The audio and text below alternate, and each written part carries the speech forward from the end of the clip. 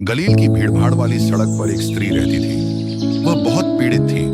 पिछले 10 वर्षों से उसका लगातार खून बह रहा था। इस बीमारी की वजह से वह बहुत कमजोर हो चुकी थी। समाज भी उसे अशुद्ध मानता था, इसलिए लोग उससे दूरी बनाकर रहते थे।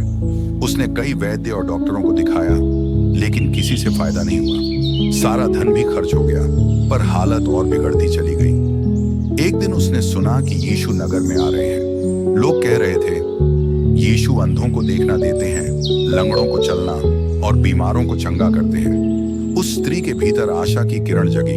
उसने सोचा, अगर मैं सिर्फ यीशु के वस्त्र को छू लूं, तो मैं चंगी हो जाऊंगी।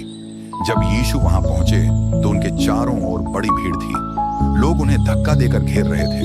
वह स्त्री चुपचाप भीड़ में घुस गई। वह बहुत डर रही थी कि लोग उसे अशुद्ध कहकर रोक देंगे, लेकिन उसके विश्वास ने उसे आगे बढ़ाया।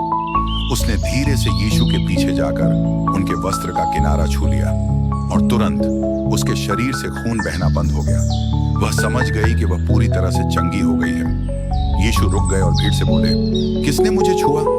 चेले हैरान होकर बोले, गुरुजी, चारों ओर लोग आपको छू रहे हैं, यह कैसा सवाल है? लेकिन यीशु ने कहा, नहीं, किसी ने विश्वास से मुझे छुआ है। मैंने अनुभव किया कि मुझसे सामर्थ्य निकली है। तब वह स्त्री कांपते हुए आगे आई और यीशु के चरणों में गिरकर सब सच बता दिया।